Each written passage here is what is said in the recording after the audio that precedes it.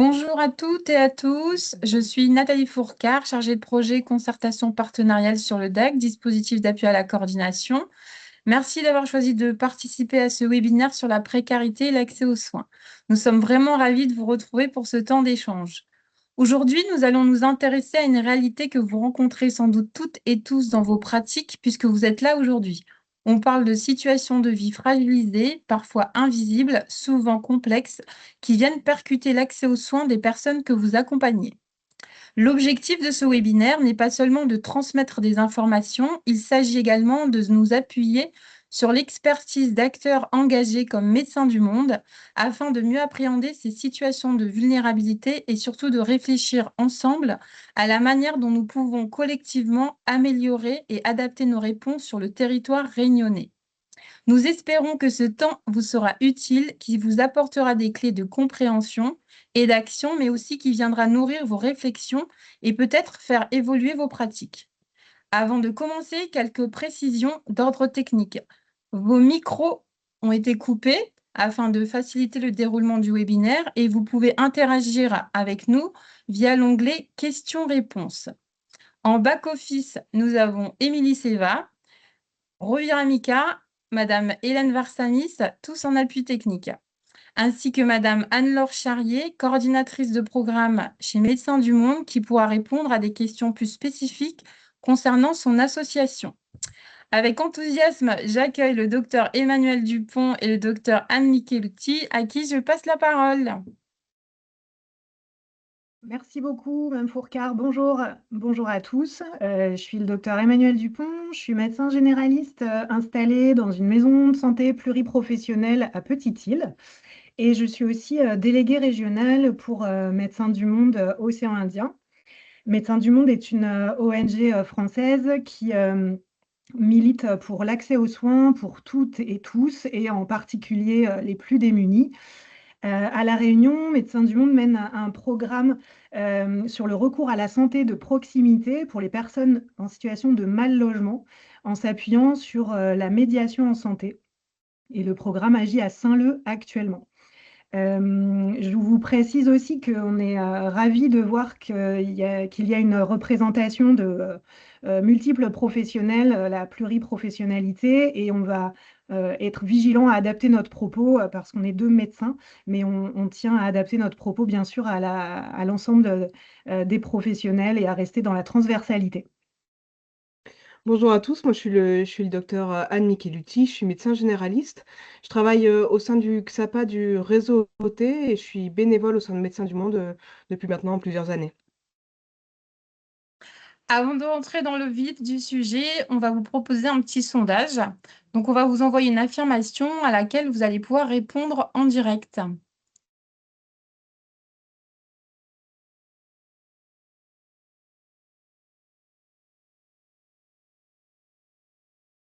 Alors voilà, je vous invite à cliquer sur les affirmations. Alors, on va voir ce que nous recevons là tout de suite. Là, on a le vrai, le faux. Alors, la première question, ça va être à La Réunion en 2024, le taux de pauvreté est de 14%. Vrai ou faux? Donc, je vous laisse répondre.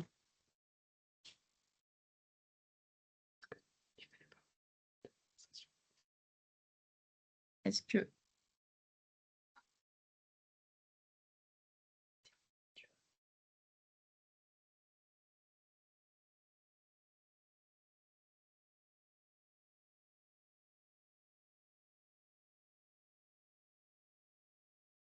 Alors, on a les résultats qui s'affichent, hein, c'est ça, tout le monde les voit, Nathalie, c'est bon, je peux. C'est Ok. ça, oui, Eh tout à ben, fait. bravo, vous ne vous êtes pas laissé piéger. Effectivement, le taux de pauvreté de 14%, c'est le taux de pauvreté en hexagone. Et à La Réunion, le taux de pauvreté est de 36%, donc bien plus élevé, ce qui nous confirme que dans nos usagers, nous voyons forcément beaucoup de personnes en situation de précarité. On peut passer à la proposition suivante.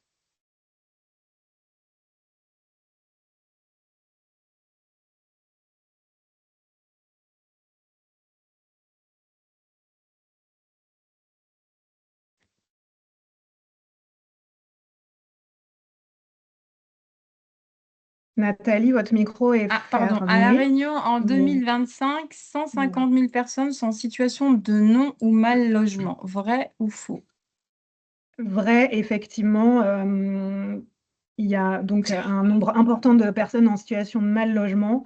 Le mal logement, il se décline de plusieurs façons. Il y a 2500 personnes pardon, sans domicile, près de 18 000 logements indignes et près de 170 000 ménages en situation de précarité énergétique. Et un dernier chiffre, près de 52 000 demandes actives de logement social. Donc, vraie problématique sur notre territoire. On peut continuer.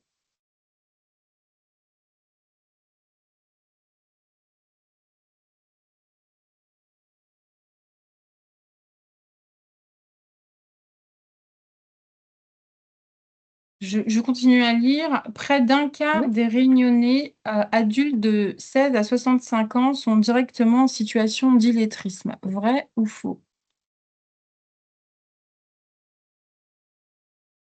Effectivement, c'est vrai.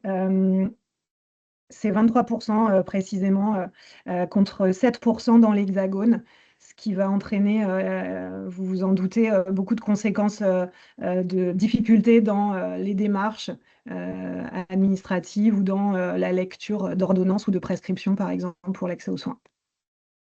Dernière proposition.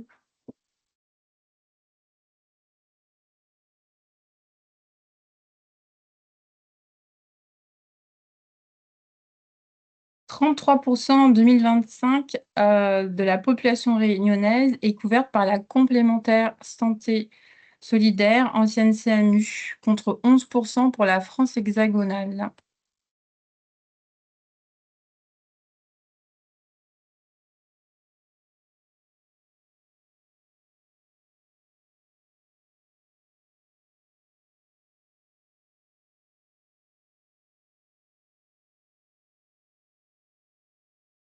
C'était un petit peu plus dur.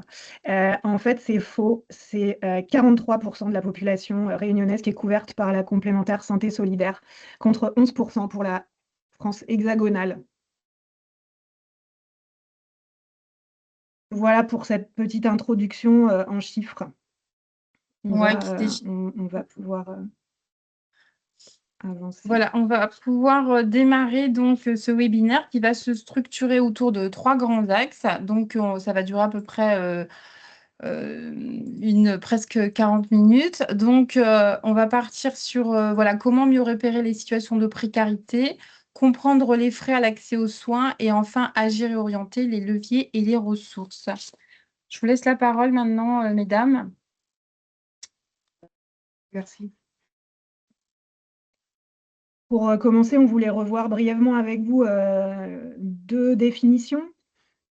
Pour notamment la première, la définition de la précarité, que vous connaissez certainement, qui est l'absence d'une ou de plusieurs des sécurités, notamment celle de l'emploi, permettant aux personnes et aux familles d'assumer leurs obligations professionnelles, familiales, sociales et de jouir de leurs droits fondamentaux. Elle se décline la précarité en plusieurs dimensions et concerne différents domaines de l'existence. Ce n'est donc pas une situation figée, mais un continuum qui peut conduire à la pauvreté, grande pauvreté ou à l'exclusion. Et on voulait donc souligner ce caractère multidimensionnel et ce continuum que vous connaissez bien dans votre pratique. On voulait aussi reprendre avec vous les déterminants sociaux de la santé, qui sont les circonstances dans lesquelles les individus naissent, grandissent, vivent, travaillent, vieillissent, ainsi que les systèmes mis en place pour faire face à la maladie. C'est la distribution inéquitable de ces déterminants dans la population qui va entraîner les inégalités sociales de santé, qui sont les différences d'état de santé entre les groupes sociaux. Ces déterminants de santé, ce sont le revenu, l'éducation, l'alphabétisme, le logement, l'emploi, l'insécurité alimentaire, le coût de la vie et aussi le genre et l'état face à la migration. Et selon l'OMS, l'influence des déterminants sur la santé se révèle supérieure à celle des soins. En effet, ils compteraient pour 30 à 55% de l'état de santé des populations, ce qui nous montre l'importance de la prise en compte de ces déterminants pour prendre en soin ces personnes. Pour illustrer ces définitions, quelques chiffres qui sont des chiffres nationaux. Il y a un écart d'espérance de vie de 13 ans entre les plus aisés et les plus démunis. Il y a plus de 2% de renoncement aux soins pour des raisons financières chez les plus démunis. En termes de maladies chroniques, plus de risques d'être diabétique chez les plus modestes, plus de risques d'obésité chez les non diplômés. Et enfin, en termes de comorbidité, concernant la santé mentale, il y a 17% des plus modestes qui sont touchés par un syndrome dépressif contre 7% pour les ménages les plus aisés. Ce qui me donne l'occasion aussi de vous préciser que dans les comorbidités associées à la précarité, il y a aussi le risque d'être victime de violence, le risque d'addiction, les problématiques de santé mentale, comme on vient de l'évoquer, et le risque de maladies infectieuses, donc, qui seront à prendre en compte dans cette population.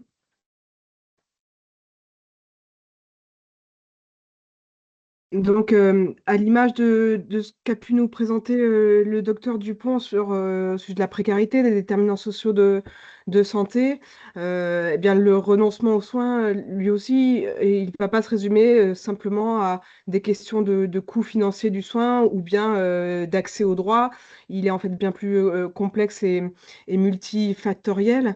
Et pour illustrer ce propos, on a choisi de vous présenter l'exposition À la marge, regard des personnes en situation de précarité sur l'accès aux soins, qui a été réalisée par l'équipe mobile psychiatrie précarité du CHU Sud en collaboration avec les personnes accompagnées et qui vient illustrer de façon frappante quelques-unes des difficultés que les personnes peuvent rencontrer dans leur accès aux soins.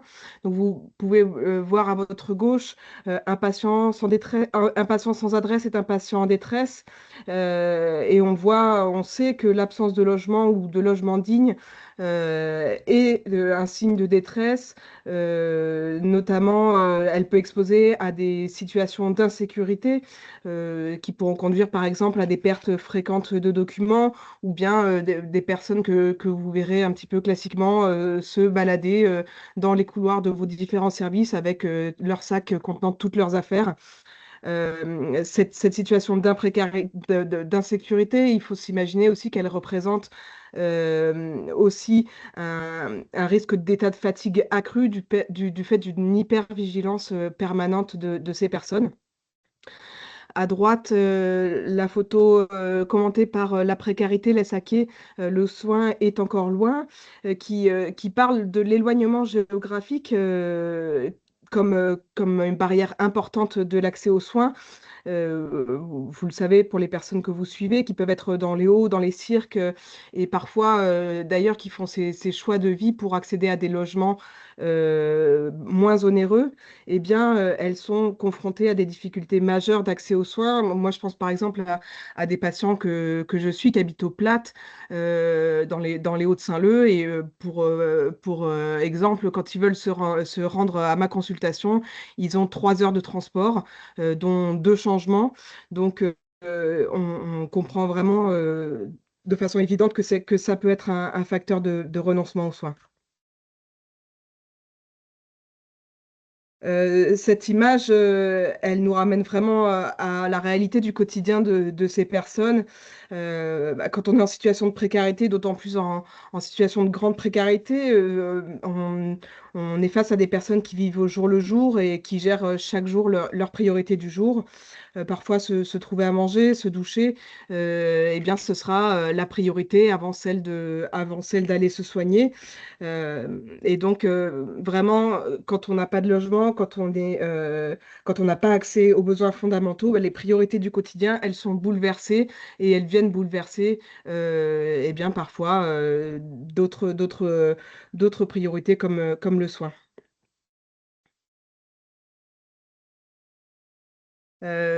Cette image aussi, elle est très parlante, hein. Quand la mémoire est le seul outil, l'oubli est quasi garanti.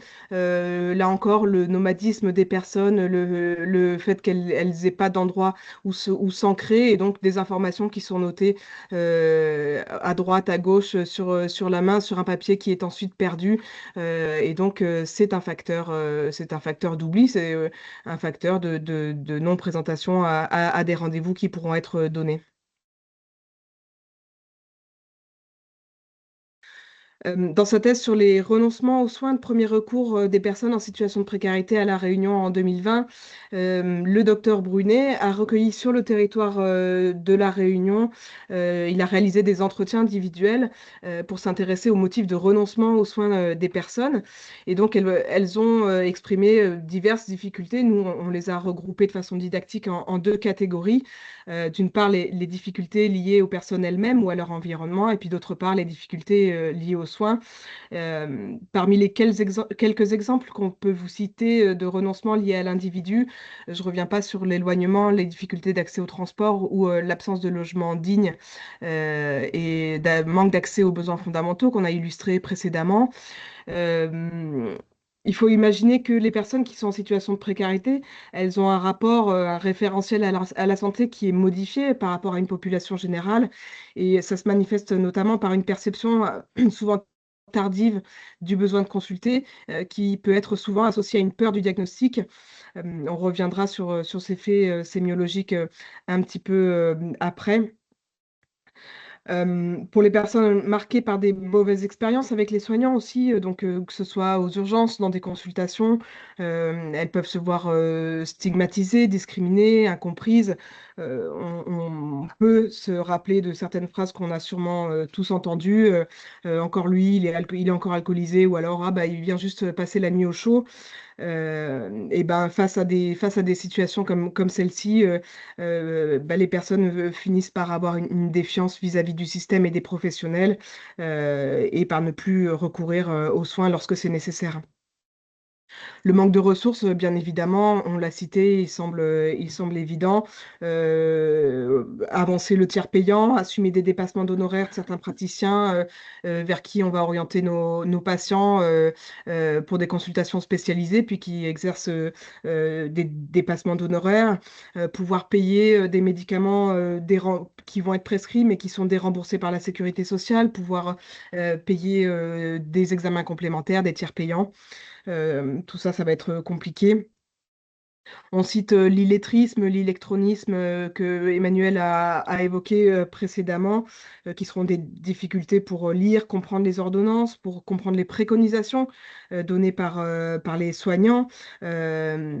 Parfois aussi des difficultés à exprimer ses propres plaintes en français.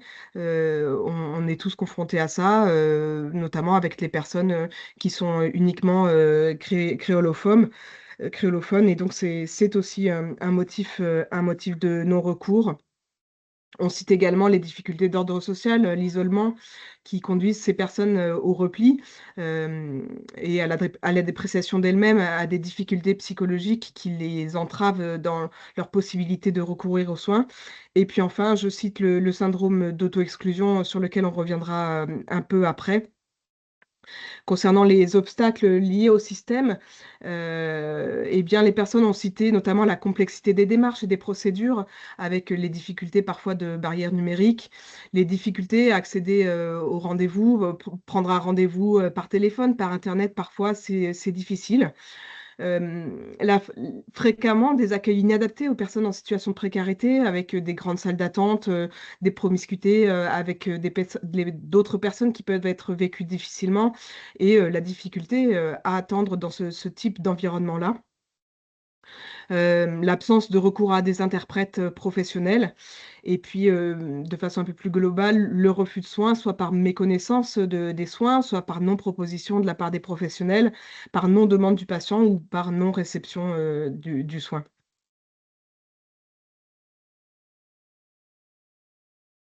En miroir de ces difficultés exprimées par les patients, on a le docteur Tuberi qui, en 2022, a réalisé un travail sur les déterminants influençant la prise en charge des patients en situation de précarité par les médecins généralistes du sud de La Réunion, et qui s'intéresse cette fois-ci aux difficultés qui sont ressenties par les médecins. Parmi ces difficultés, vous vous reconnaîtrez probablement, mais ça pourra être la difficulté face à des pathologies à des stades avancés ou des prises en charge retardées, ce qui fait complètement miroir avec ce qu'on énonçait au-dessus de la perception tardive de besoin de consulter. Les difficultés aussi à définir la précarité. La difficulté aussi à la repérer de façon plus ou moins systématique dans les prises en charge. On vous donnera quelques éléments à ce sujet ensuite. Une forme parfois de banalisation de la précarité qui peut parfois rejoindre le sentiment que peuvent avoir parfois les personnes, ce sentiment de stigmatisation. Et puis la difficulté à comprendre le non-recours. Par exemple, eh bien, quelqu'un qui se présente, qui a une demande de soins, à qui on prescrit des examens complémentaires, et puis qui finalement ne réalisera jamais ces examens et ne reviendra pas. C'est quelque chose qui peut être difficile à envisager pour nous les soignants et plus globalement pour les professionnels du médico-social quand on adjoint les personnes à engager des démarches. Les médecins généralistes ont évoqué aussi le manque d'informations sur les structures qu'ils peuvent solliciter.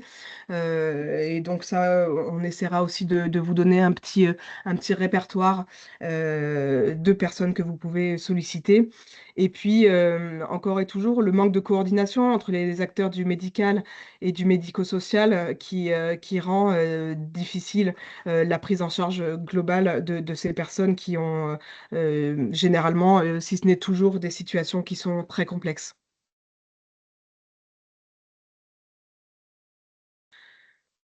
Alors pour pouvoir accéder un petit peu à quelques éléments de compréhension de certains des facteurs de non-recours aux soins des personnes, on a voulu vous présenter la sémiologie de la précarité qui a été décrite par le docteur Furtos, qui est un médecin psychiatre à l'hôpital du Vignatier à Lyon et qui est directeur scientifique de l'Observatoire national des pratiques en santé mentale et précarité.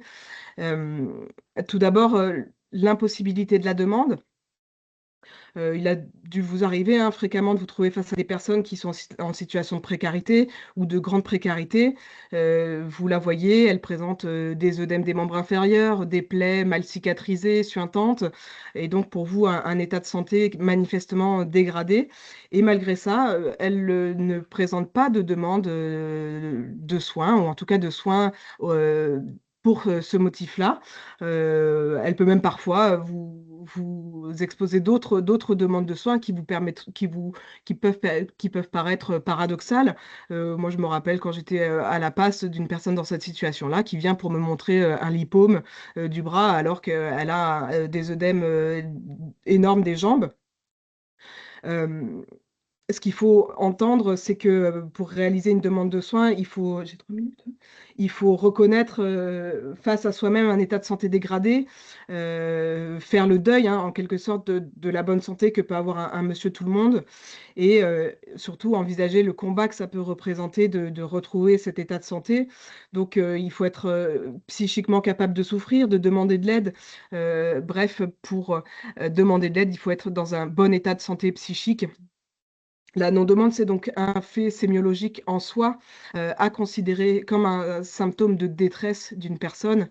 Euh, et donc, une personne qui ne voit pas, qui ne reconnaît pas, qui n'exprime pas sa demande est une personne en détresse. Il faut pouvoir respecter cette non-demande sans pour autant se déresponsabiliser.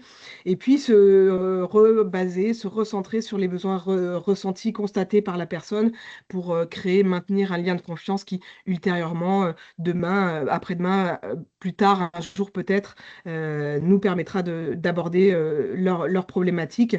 Mais c'est vrai que ça nécessite de reconnaître notre impuissance de médecins, d'acteurs du médico-social face à cette impossibilité d'aider la personne à un instant T. J'ai évoqué tout à l'heure le syndrome d'auto-exclusion. Je souhaitais juste en dire un mot parce que même si c'est quelque chose que vous rencontrerez pas forcément fréquemment dans votre pratique, ça reste assez emblématique de la sémiologie de la précarité. Et c'est ce qu'on retrouve dans les situations extrêmes de précarité. Et donc, c'est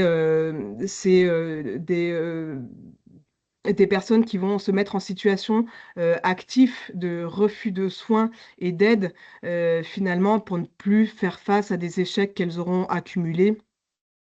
Heu, Encore une fois, c'est un mécanisme de défense qui est inconscient et qui révèle en fait la désubjectivation des personnes et le fait qu'elles n'habitent plus, ni leur corps ni leur esprit, et qui donc ne peuvent plus, se mobiliser, hem, pour leur santé. Heu alors, c'est l'association de plusieurs signes cliniques et moi, je voulais vous citer, l'anesthésie du corps. L'anesthésie du corps, elle vous parlera probablement, quand vous avez vu des personnes, qui présentent, encore une fois, des pathologies avancées et qui n'expriment aucune souffrance, aucune douleur face à des plaies majeures, face à des traumatismes aigus et encore une fois, ça rejoint la désubjectivation de la personne avec le fait qu'elle n'habite plus son corps ni son esprit. Juste un petit mot sur l'anesthésie du corps et les consommations. Les consommations vont augmenter cette anesthésie du corps. Elles vont les augmenter, mais également pour les supporter et pour endormir aussi le corps et l'esprit face à la grande souffrance. La réversibilité de ce syndrome d'auto-exclusion, elle sera difficile à prendre en charge, mais il faut la baser sur la réhumanisation de la personne et elle passera par la réhumanisation de la personne avant toute autre chose et avant, bien évidemment, la prise en charge des soins.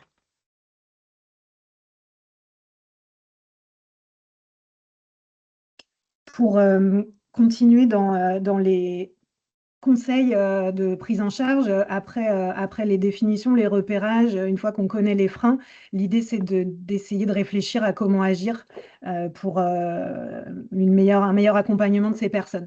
On voulait vous donner des éléments en deux temps. Pour nous, d'abord, ce qui nous semble important, c'est le repérage des personnes en situation de précarité. Les identifier pour ensuite pouvoir adapter nos soins, réduire les inégalités sociales de santé, fournir des soins proportionnels aux besoins des patients.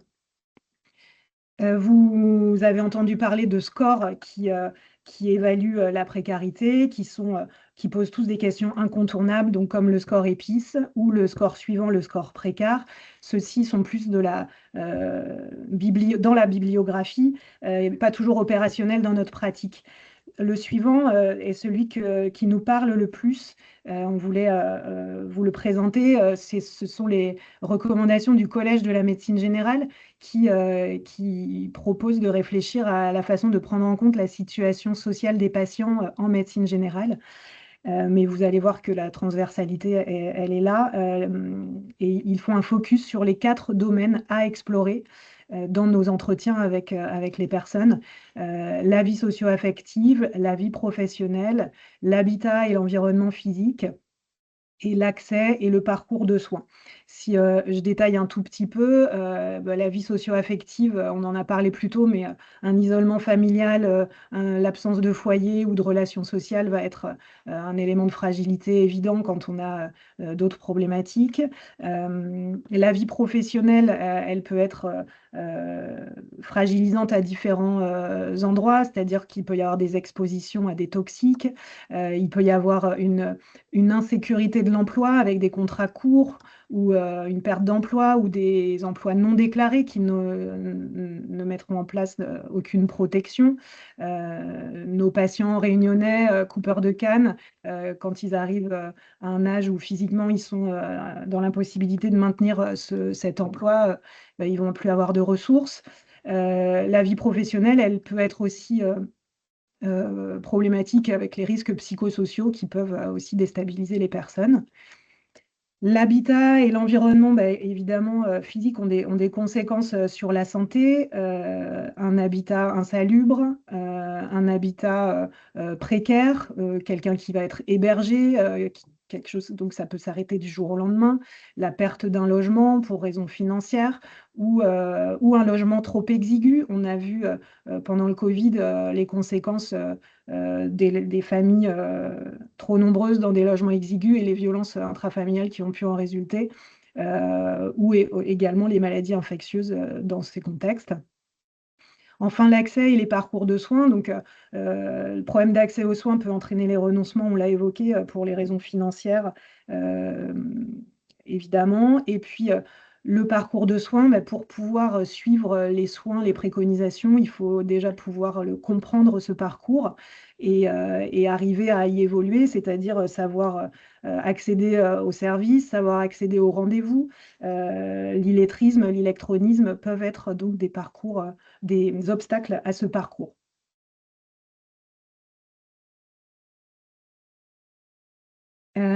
Ces quatre éléments, ce qui est recommandé dans ce document, vous le savez déjà, hein, mais c'est de le réévaluer régulièrement parce que, comme on l'a vu, la précarité est un continuum et peut bouger à un moment ou un autre de la vie des patients. Donc, réévaluer régulièrement leur situation.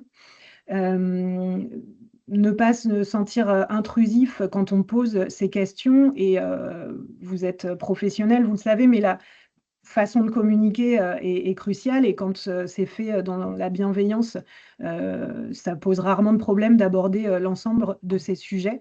Et voire même au contraire, parce que les retours de nos personnes en situation de grande vulnérabilité sur les missions de Médecins du Monde sont que le fait de se voir poser des questions sur soi, c'est crucial pour tisser un lien, parce que le sous-entendu que le professionnel ne me connaît pas et revient souvent dans les freins à la consultation. Donc, c'est au contraire très bien reçu, en fait, le fait de poser des questions.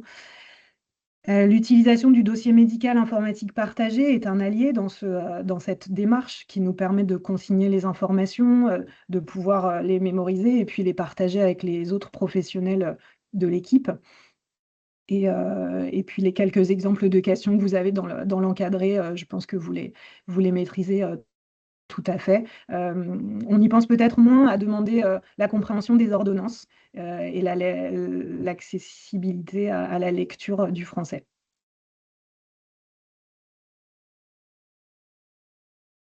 Pour ensuite passer à l'étape suivante, l'idée, c'est de ne pas rester seul dans les prises en charge, parce qu'elles sont, comme on l'a vu, bien souvent complexes et multidimensionnelles. La connaissance des acteurs du territoire est vraiment précieuse. On a essayé de vous lister un peu les différents domaines, selon les différents domaines problématiques, les différents acteurs. Dans la santé globale, je pense que vous connaissez les permanences d'accès aux soins de santé qui sont dans les CHU et qui offrent un service médical et social. Et les services de santé étudiants aussi dans les universités pour les étudiants. Il existe ces mêmes dispositifs en aller vers, les passes mobiles, les équipes mobiles santé précarité et les appartements de coordination thérapeutique hors les murs, qui vont venir en aide aux personnes qui auront des problématiques de précarité, de santé et de logement. Et puis les CPTS peuvent être des interlocuteurs également. Dans le domaine de la santé mentale, les équipes mobiles psychiatrie précarité, pardon, et selon le secteur, elles auront un acronyme différent. Le 3114, qui est le numéro de prévention du suicide. Quand il y a un problème d'accès aux droits, la ligne d'urgence précarité peut être sollicitée par les soignants. Le 3608, c'est le numéro Amélie des professionnels. Et sur votre demande, l'ouverture de droits, la réouverture des droits en urgence des patients peut être effectuée sous 48 heures. Donc, si en consultation, vous avez un patient qui a besoin d'aller passer des examens, vous pouvez appeler pour que sa couverture maladie soit réouverte rapidement. Les PASS ont un professionnel du social qui va pouvoir accompagner les personnes dans l'accès aux droits, les CCAS également et les maisons départementales aussi. Dans le champ de l'addiction, Dans le champ de l'addiction, on a les XAPA et les CARUD. Les CARUD, c'est les centres de premier accueil, centres d'accueil et d'accompagnement à la réduction des risques pour les usagers de drogue. Les CARUD, sur La Réunion, il n'y en a qu'un seul, c'est à Saint-Paul, au réseau OT. Les XAPA, en revanche, centres de soins et d'accompagnement et de prévention en addictologie, qui sont des structures de prise en charge et de soins. Il y en a dans chaque secteur de l'île. Problématique de logement, le 115 est le numéro d'hébergement d'urgence. Les dispositifs à visée médicale sont les lits halte soins santé, les appartements de coordination thérapeutique et les lits d'accueil médicalisés. Les CCAS également, et il y a un dispositif qui est un guichet unique pour signaler les situations d'habitat indigne qui s'appelle Signal Logement. Pour le soutien à l'aide alimentaire, les CCAS pourraient être sollicités, et les accueils de jour boutique solidarité qui existent dans plusieurs communes de l'île. Et enfin, pour la coordination des parcours complexes, le DAC, le dispositif d'appui à la coordination, et la plateforme territoriale d'accompagnement pour les personnes qui ont des problématiques d'accès au logement. Ces différents acteurs, on les a regroupés sur un document synthétique qu'on ne va pas détailler ici, mais qui reprend les mêmes choses qu'on vient d'aborder, avec plus en détail les lieux, les prérogatives et les numéros de téléphone. L'idée, c'est que vous ayez cet outil quelque part dans vos ressources ou affiché dans votre bureau pour que vous puissiez l'utiliser dans vos entretiens.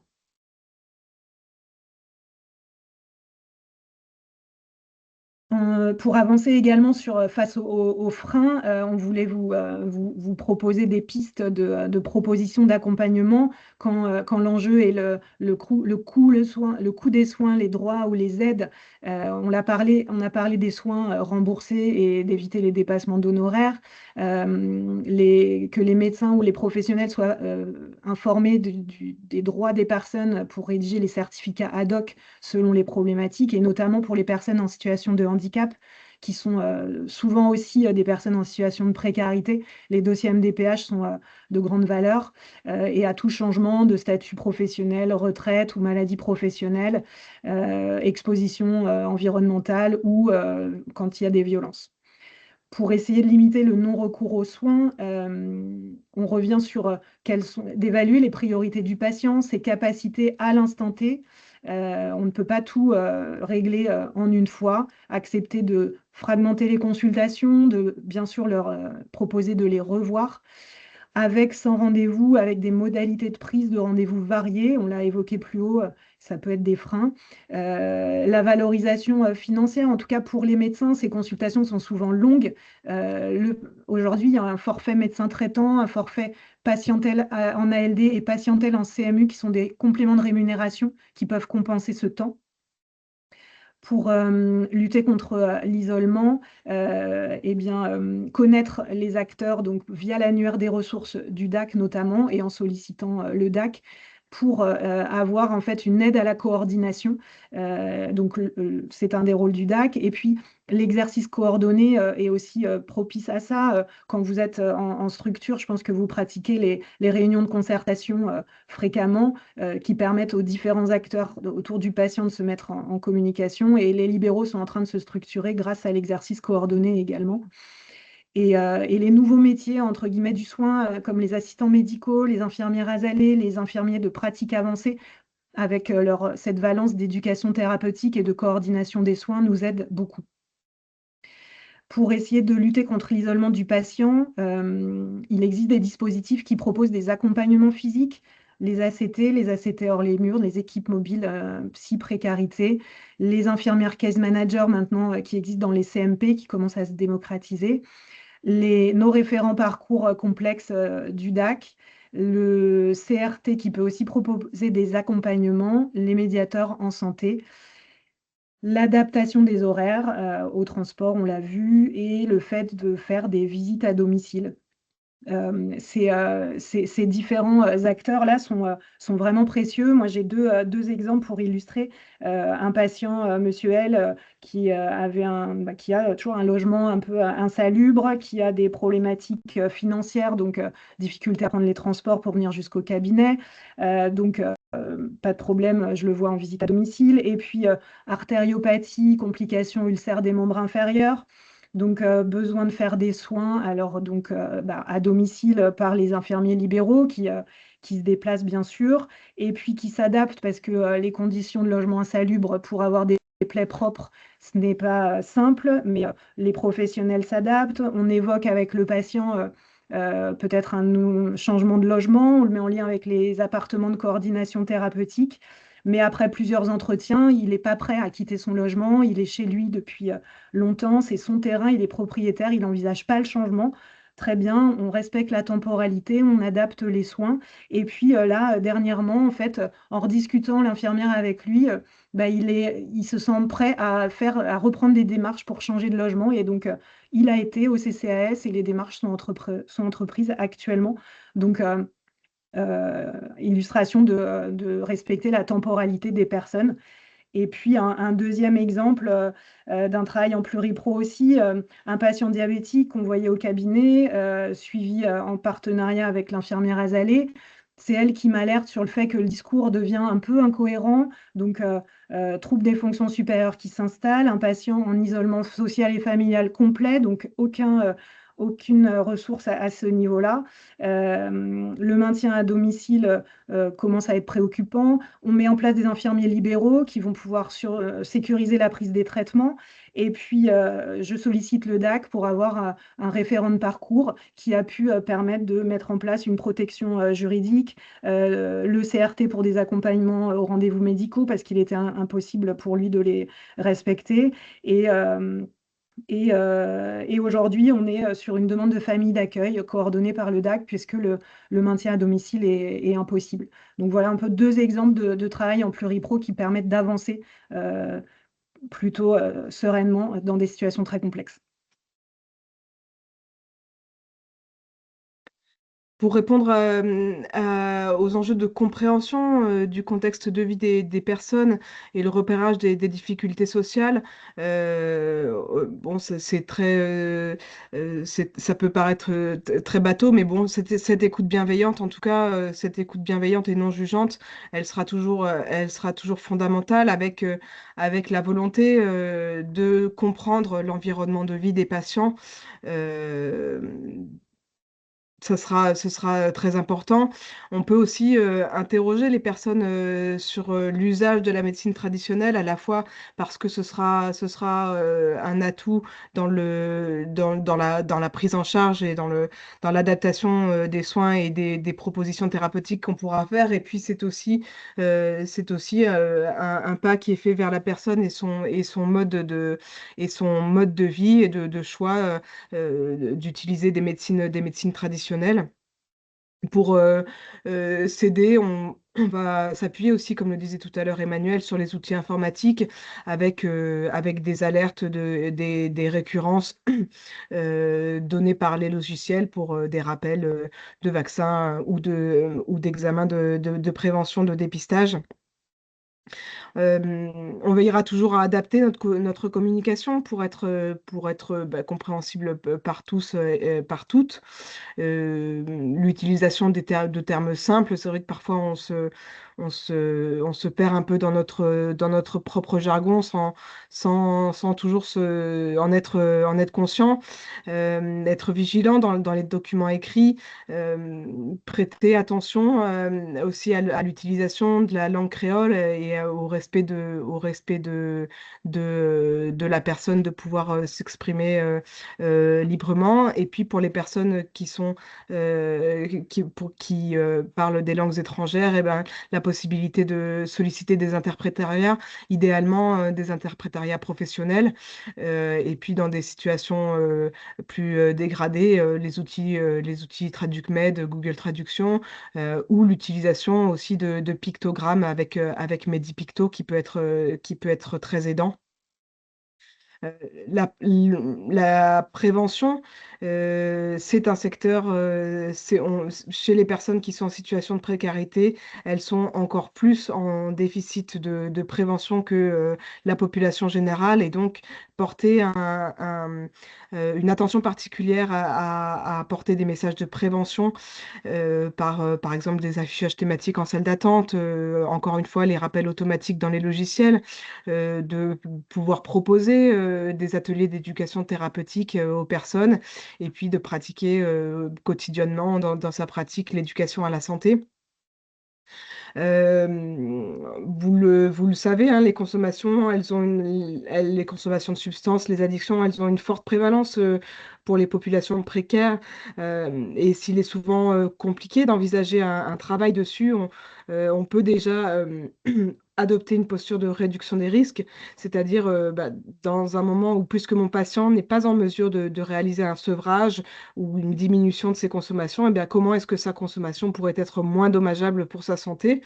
Ça passera encore une fois par une attitude non jugeante et puis aussi de tolérance vis-à-vis des consommations et que le patient, de tolérer que le patient puisse avoir consommé lorsqu'il se présente au rendez-vous, tout en ayant possiblement fixé les limites avec la personne.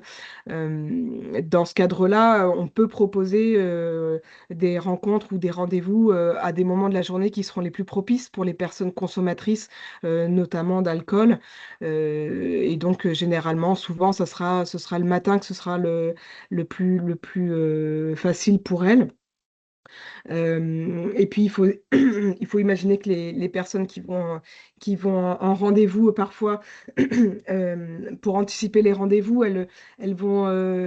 elles savent qu'elles vont pas consommer pendant plusieurs heures, donc ça explique parfois des états d'alcoolisation massifs des personnes lorsqu'elles se présentent à l'accueil. Excusez-moi, le souvenir d'un patient qu'on mobilisait sur des ateliers de marche et qui se présentait pour une marche qui commence à 10 heures ou à 9 heures. Le patient se présentait en état d'alcoolisation massive à 8 heures parce qu'il savait que pendant les 2 heures de marche, il n'allait pas pouvoir consommer. Donc, il anticipait en consommant massivement juste avant. Donc, ça, c'est des choses dont il faut tenir compte. Et puis enfin, la formation, c'est ce que vous êtes en train de faire tout de suite. C'est la formation professionnelle continue, des veilles documentaires et la possibilité de consulter des articles et des recommandations professionnelles régulièrement.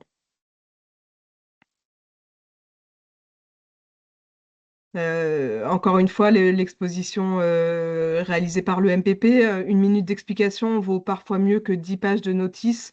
Et c'est donc de ne pas faire l'économie d'expliquer aux personnes les traitements qu'on leur prescrit quand toutes seules chez elles, elles se retrouveront avec une boîte de médicaments et une notice qu'elles ne sauront pas déchiffrer.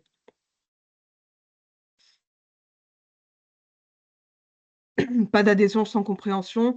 Encore une fois, bien évidemment, pour qu'une personne puisse s'impliquer, s'investir dans le soin, la première des choses, c'est de pouvoir comprendre ce qui lui est proposé.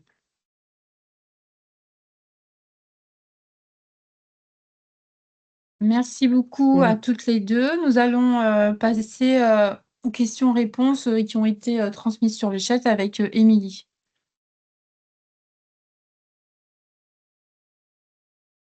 Alors oui,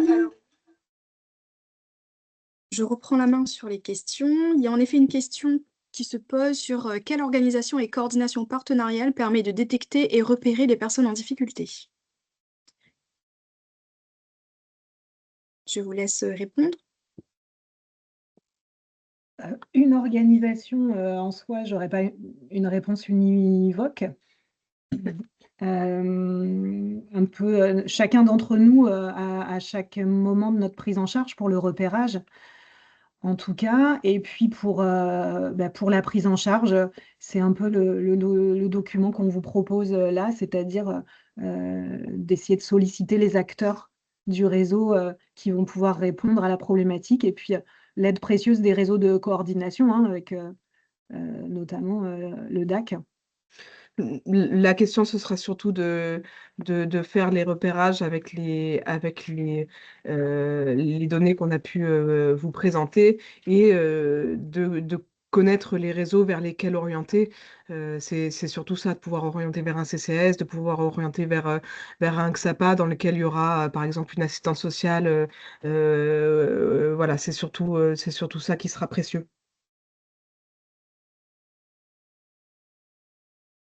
Merci. On a également une autre question. Pour solliciter la ligne d'urgence, est-ce qu'un appel suffit?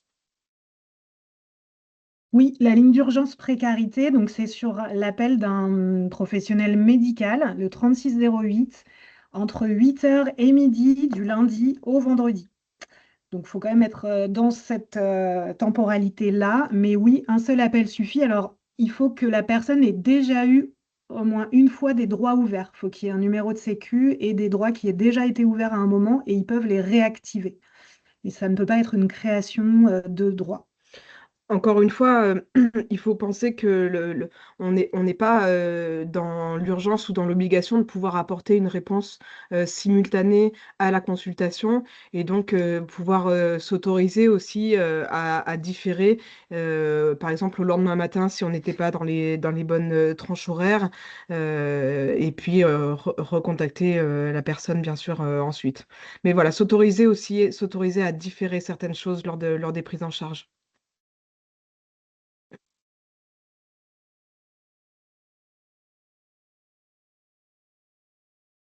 Émilie, ton micro. Merci. Alors, je disais qu'on avait une petite remarque au niveau des délais pour obtenir un rendez-vous qui sont souvent trop loin dans le temps.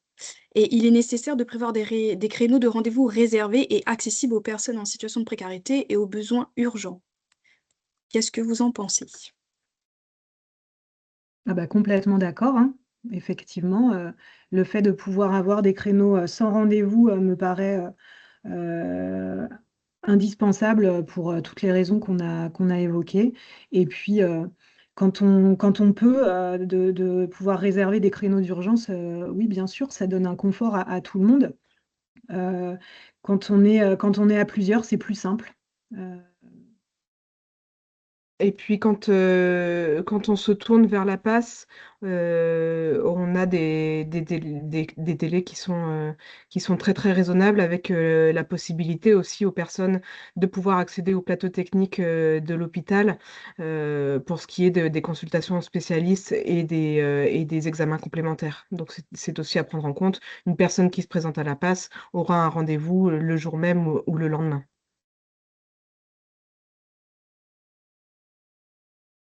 Merci beaucoup. Alors, de Saint-Pierre. Alors, je prends connaissance de la dernière question, justement. La fermeture de la boutique de solidarité de Saint-Pierre a fortement réduit les possibilités de repérage et d'orientation des personnes en situation de précarité. Savez-vous si des solutions alternatives sont envisagées? on peut peut-être laisser Anne-Laure, notre collègue, répondre. Elle a peut-être plus d'infos sur cet élément. Bonjour. Oui, en effet, c'est vraiment un coup dur, on va dire. La fermeture de la boutique Solidarité qui, à Saint-Pierre, est un accueil de jour qui permettait du lundi au vendredi aux personnes de pouvoir accéder à des besoins fondamentaux autour de repas, de douches, pouvoir laver leurs affaires, puis avoir un accompagnement avec des travailleurs sociaux. Et ça permettait aussi la présence de différents acteurs médico-sociaux comme la PAS, l'équipe mobile psychiatrie précarité, le CARUD du réseau OT. Je sais que en effet, il y a déjà on va dire des premiers palliatifs qui ont été mis en place, par exemple le Secours catholique qui propose un café de rue le samedi matin sur le front de mer, a remis en place une autre, on va dire, présence sur le terrain dans la semaine. Et après, il y a des pourparlers pour qu'il y ait d'autres associations qui puissent en effet proposer des solutions. Mais pour l'instant, il n'y a pas encore quelque chose de concret qui a été mis en place pour les domiciliations. Les personnes vont être normalement prises en charge par le CCAS à Saint-Pierre. Pour l'instant, il n'y a pas de réponse complète qui a été apportée, mais il y a des réflexions en cours.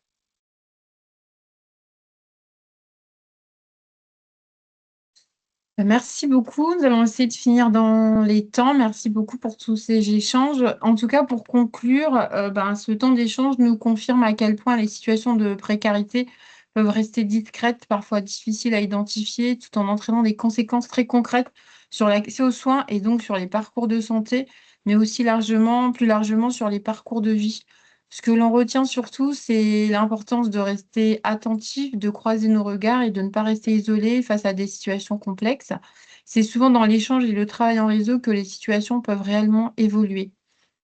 Pour les professionnels du sanitaire, votre rôle ne se limite peut-être pas seulement à une prise en charge clinique, il repose aussi sur votre capacité à repérer, à comprendre les situations dans leur globalité et à créer du lien avec la personne. Même si nous sommes parfois confrontés à des limites, il existe des leviers, des ressources. Chaque orientation et chaque mise en relation contribue à resserrer le maillage autour de la personne fragilisée, et à la sécuriser. Au fond, ce qui fait la différence, c'est de mieux relier, de mieux repérer et de ne pas laisser les personnes seules face à leurs difficultés et d'accepter, comme vous l'avez dit à plusieurs reprises, leur temporalité. Notre vigilance à tous reste essentielle pour ne pas laisser de côté les personnes les plus vulnérables. À l'issue de ce webinaire, vous recevrez donc un questionnaire de satisfaction, le replay du webinaire et la cartographie des acteurs du territoire mobilisable selon les situations rencontrées que Médecins du Monde vous a présentées. Voilà, j'espère que vous n'avez pas été trop frustrés. En tout cas, on est dans les temps. Merci beaucoup à Dr Dupont et à Dr Michelutti ainsi qu'à Anne-Laure Charrier pour votre participation à tous. Bon après-midi. Pardon, Vas-y. juste une dernière chose. Je mets dans le chat l'adresse mail de Médecins du Monde. Vous l'avez sûrement On l'a noté. mis. Nous ne sommes pas dans les dispositifs des acteurs parce qu'on ne pratique pas de recours aux soins en direct, mais on peut être un appui plaidoyer sur les freins à l'accès aux soins. Donc n'hésitez pas à nous faire remonter des dispositifs manquants ou des freins à l'accès aux soins notables via l'adresse mail qui apparaît dans le chat. océan-indien@médecin au pluriel du monde.net. Merci beaucoup. Merci beaucoup. Merci à tous. Bon après-midi. Merci.